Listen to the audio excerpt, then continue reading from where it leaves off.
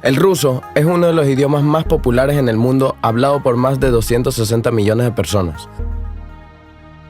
La República de Bashkortostán es una de las regiones de Rusia donde el idioma ruso es impartido con un alto nivel. En Ufa, la capital de la región, en la Universidad Estatal Pedagógica de Bashkiria, llamado Akmula, se ha abierto un centro donde los estudiantes de todo el mundo vengan a estudiar ruso de manera rápida y eficiente. ¿Por qué vale la pena aprender ruso en la Universidad Estatal Pedagógica de Bashkiria?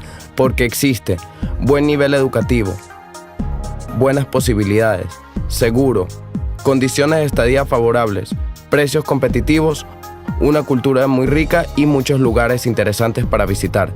Vamos a detallar estas ventajas. Esta universidad es una de las universidades pedagógicas más competitivas de Rusia. Tiene el estatus del SCO, Organización de Cooperación de Shanghái, una experiencia en formación de estudiantes extranjeros en el idioma ruso considerable.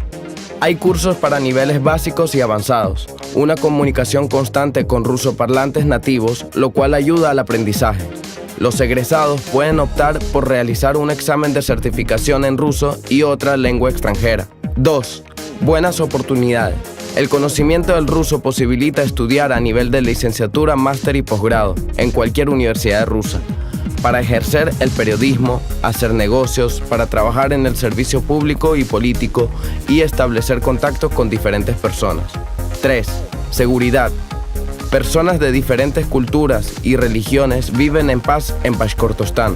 Hay representantes de más de 160 grupos étnicos distintos. Los residentes locales son tolerantes a los diferentes pueblos. 4. Condiciones de estadía favorables.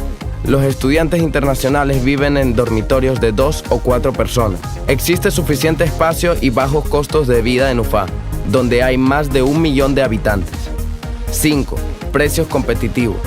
Estudiar en el departamento de iniciación para los estudiantes internacionales es un poco más de $1,000 al año, mucho menos que en Moscú y San Petersburgo.